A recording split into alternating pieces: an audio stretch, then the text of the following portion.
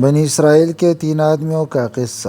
مسلم شریف میں آپ صلی اللہ علیہ وسلم کا بیان فرمایا ہوا ایک قصہ مذکور ہے کہ بنی اسرائیل میں 3 آدمی تھے، ایک کوڑی، دوسرا گنجا، تیسرا نابینا تھا۔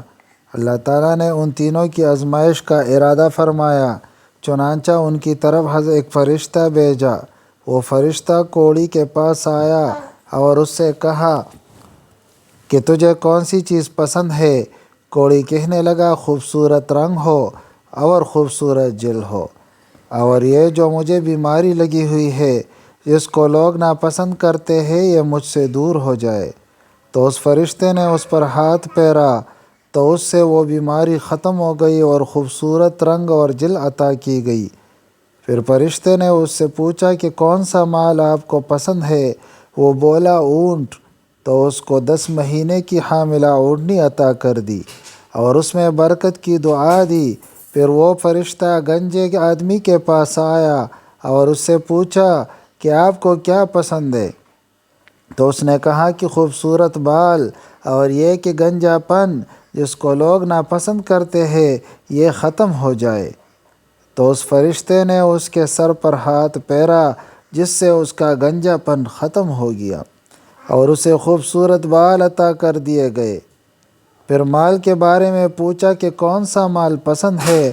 اس نے کہا گائے، لہٰذا فرشتے نے اس کو حاملہ گائے عطا کر دی اور برکت کی دعا دی۔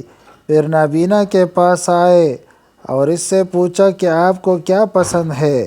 اس نے کہا کہ اللہ تعالیٰ میری بینائی لوٹا دے تاکہ میں لوگوں کو دیکھوں۔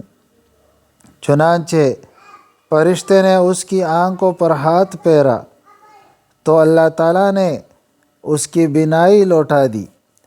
پھر پوچھا کہ کون سا مال پسند ہے؟ تو اس نے بکریوں کا کہا، لہٰذا اسے گابن بکری دے دی گئی۔ ان اونٹنیوں اور گائے اور بکریوں نے بچے جنی اور کوڑی آدمی کے پاس اونٹوں سے جنگل بھر گیا۔ گنجے آدمی کی گایوں سے ایک وادی بھر گئی اور آندھے آدمی کا بکریوں کا ریوڑ ہو گیا۔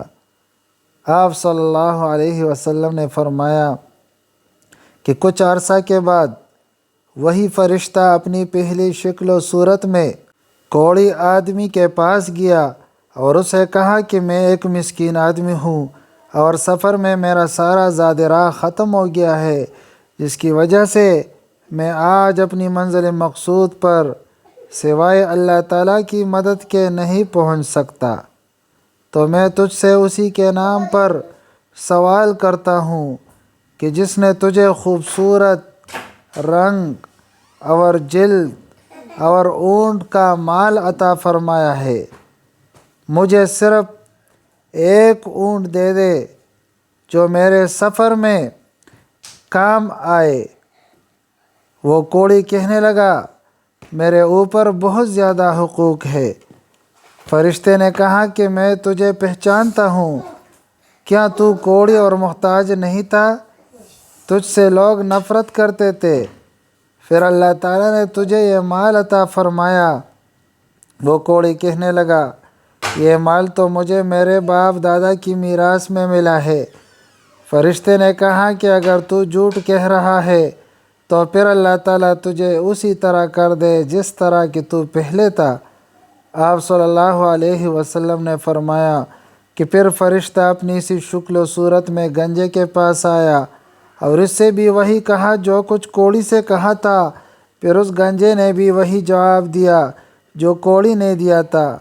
فرشتے نے اس سے بھی وہی کہا کہ اگر تو جھوٹا ہے تو اللہ تعالیٰ تجھے اس طرح کر دے جس طرح تو پہلے تھا۔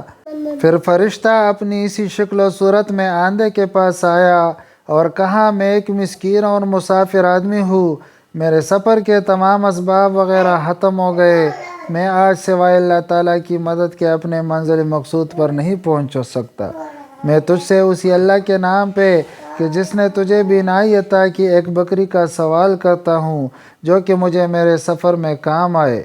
وہ اندھا کہنے لگا کہ میں بلا شبہ اندھا تھا، پھر اللہ تعالیٰ نے مجھے میری بینائی واپس لوٹا دی۔ اللہ کی قسم میں آج تمہارے ہاتھ نہیں روکوں گا تم جو چاہو میرے مال سے لے لو اور جو چاہو چھوڑ دو۔ تو فرشتے نے اندھے سے کہا تم اپنا مال رہنے دو کیونکہ تم تینوں کو آزمایا گیا، تو اللہ تعالیٰ تجھ سے راضی ہو گیا اور تیرے دونوں ساتھیوں سے ناراض ہو گیا۔ کتاب الجامع الصحیح لمسلم، کتاب الزہد۔